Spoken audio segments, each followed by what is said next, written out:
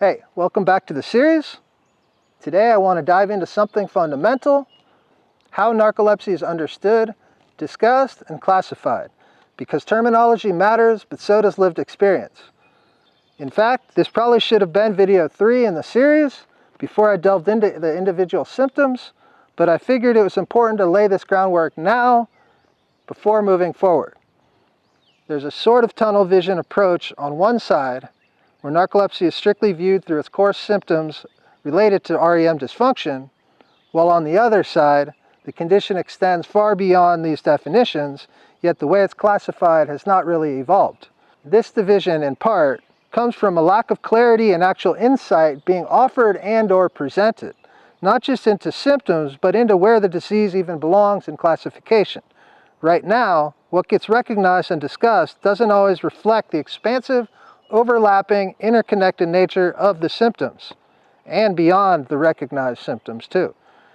And to be clear, I appreciate the science behind sleep disorders and the research that has gotten us here. It's valuable, essential, and worth building upon, but when we take a step back and shift the perspective towards the lived human experience, some things become quite apparent. Things that may not have been the primary focus in research, yet hold undeniable significance. That's why I focus on the lived human experience angle so much, because evolving the science to center both its findings and real-world lived experience can offer deeper clarity, better classification, and more effective treatment approaches. The way symptoms are framed shapes perception and sometimes misperception. Take cataplexy, for example. It's almost always described as muscle weakness triggered by emotion. But here's the issue. Sleepiness itself also involves muscle weakness. That leads to confusion, making it harder to separate one symptom from another.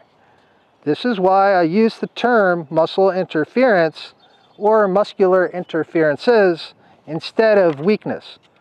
It better reflects the lived experience where there's an unpredictable disruption in muscle function, not just a weakening or loss of strength. The problem isn't just outdated terminology, it's when language doesn't evolve, understanding stagnates. Discussions become defensive, rigid, and resistant to insights that could lead to a better comprehension. To help bring more clarity, I created the Narcolepsy Symptom Severity Range tool, the NSSRT. This tool isn't purely visual. While there are some visual elements to help illustrate overlap, the written structure is actually the core of it. I've designed it with 3 different variations of wording to provide clear descriptions of the symptoms, telling into the minimal, moderate, and severe extents, a range for each symptom, while also connecting to the terms list. The terms list within the NSSRT serves as a reference point for common terminology, especially terms used in clinical, diagnostic, and physiological discussions beyond just sleep medicine. This is important throughout this educational series. I'll be using specific terms frequently.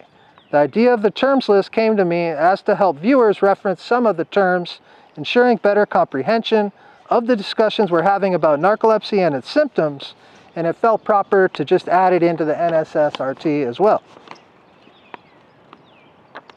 There's also growing discussion around whether narcolepsy belongs strictly in the category of sleep disorder, or whether its origins for type 1 narcolepsy being due to an autoimmune attack response when the disease develops suggest it should be reclassified alongside conditions like diabetes. While more research is needed, refining how we frame this condition could open doors to better treatment approaches and a more complete understanding of its impact. But even with the most accurate and well-defined terminology, narcolepsy remains and will remain a deeply abstract and difficult to grasp condition. Each symptom is complex in its own right, interwoven with other aspects of the disease, and no singular definition will ever fully capture the experience of living with it.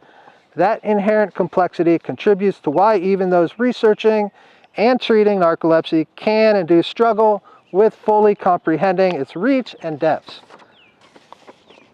This is why conversations like these matter, because clarity in language helps reduce barriers to understanding, even if some aspects will remain difficult to fully articulate.